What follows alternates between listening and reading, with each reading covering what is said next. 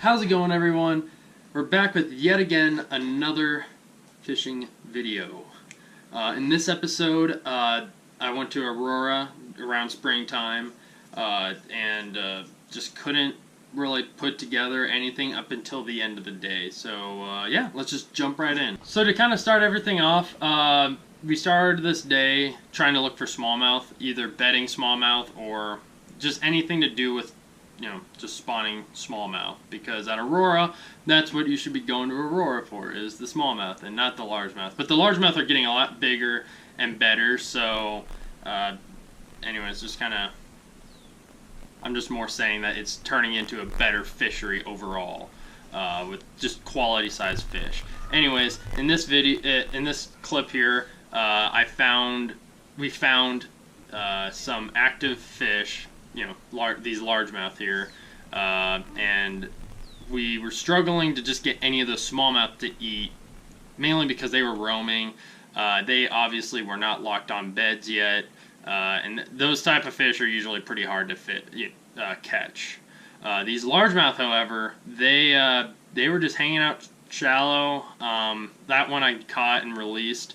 I sight fished for that one, and it was just awesome because he was not spooked at all, just came right out and nailed it. This one here, as soon as I was starting to reel it back in and whatnot, this guy, and you can kind of see here, I'm leaving this spot, and he just flew out, and I stopped what I was doing, and he just destroyed that jig. So yeah, it was really nice because we had like no bites, maybe like one or two followers the whole day, but no bites. We were honestly talking about leaving and just turn it around with those two good fish, and even this last one here.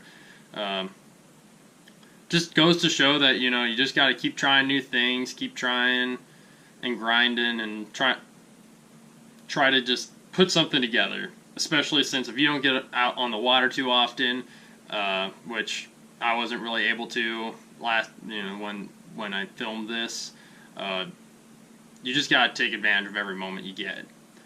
But yeah, but this time of year with bass, especially like when they're being weird when it comes to spawning, especially in clear water, they can be super finicky. So when I talk about kind of what I used and whatnot, and at least what I tried during the day, I'll kind of give you some pointers for what to do when these fish are just not cooperating and just being just super difficult and finicky to catch, because that's what I was trying to do. There's a few improvements I could have done, but fishing's fishing.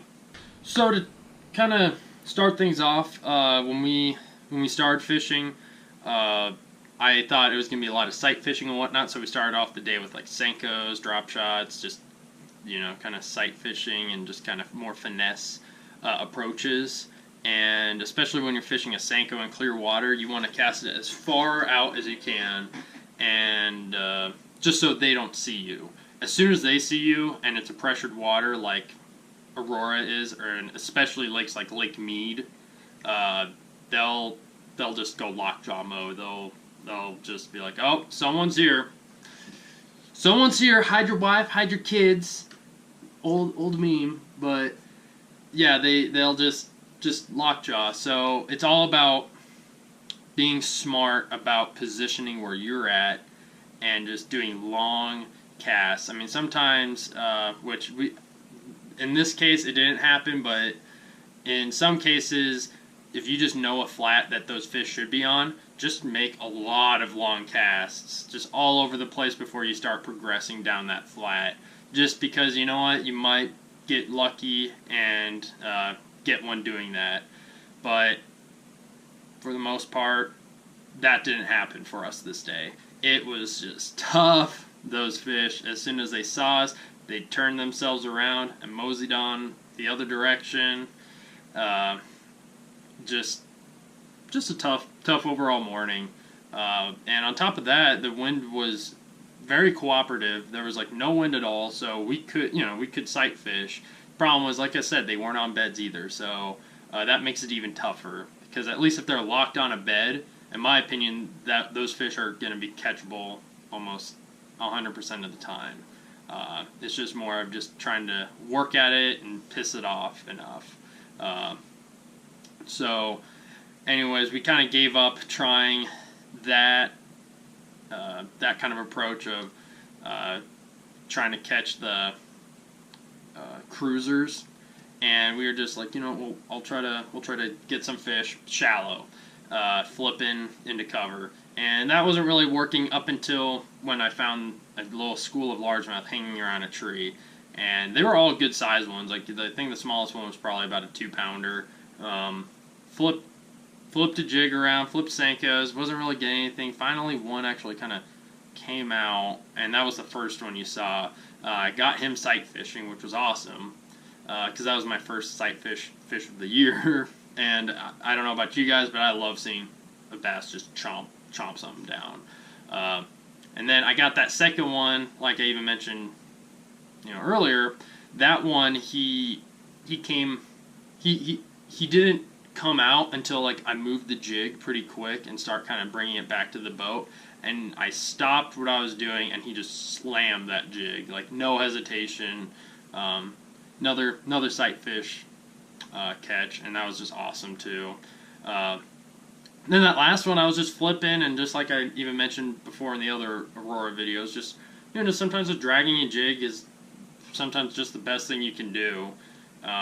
That one probably saw it shallow and just kind of kept chasing it and took his time, but who knows, because you can't see underwater sometimes, especially on long casts. But yeah, so yeah, overall it was a pretty solid day. We put it together. I took my mom out fishing, which you guys obviously saw. And unfortunately we couldn't get her any bites or anything, but just kind of a quick message of the day. Jeez, can't talk today.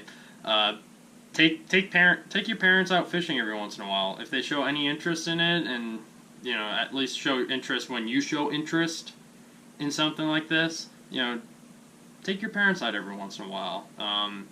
And like I said, I always try. I kind of go guide mode even when I take friends out, especially, except if they're fishing friends, then they kind of know the struggle too. But when it's coworkers, friends, family, I try to just go in guide mode and try to catch as many fish for them as possible, as many big fish for them as possible. I try to get them excited for it so they want to keep going. So I kind of get bad in the sense of taking them out, when you want to have a specific bite going. When you have a specific bite going, let's say up at Horsetooth is a great example, when it's like you just go up there and just slaughter them.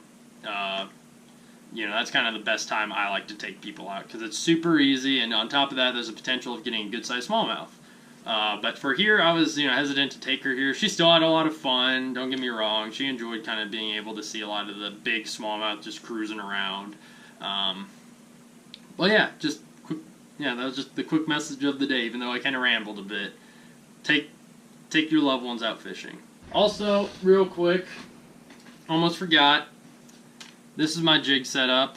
This isn't the jig I used, but I got the PAL Max 3D. I really like this rod. It's the 7.5 medium heavy, extra fast.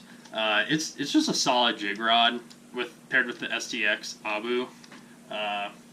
In case anyone was wondering, good rod. It's just good for jig fishing. It has such a great backbone, so when you lay into those fish, there's a lot of time. There has not been a lot of times where when I set the hook, I get spit. If I get a good hook set on that fish, it's not coming off. Thank you so much for watching. I hope everyone has a good holiday season with Christmas coming up and New Year's. And yeah, like, comment, subscribe, and I'll see you next time.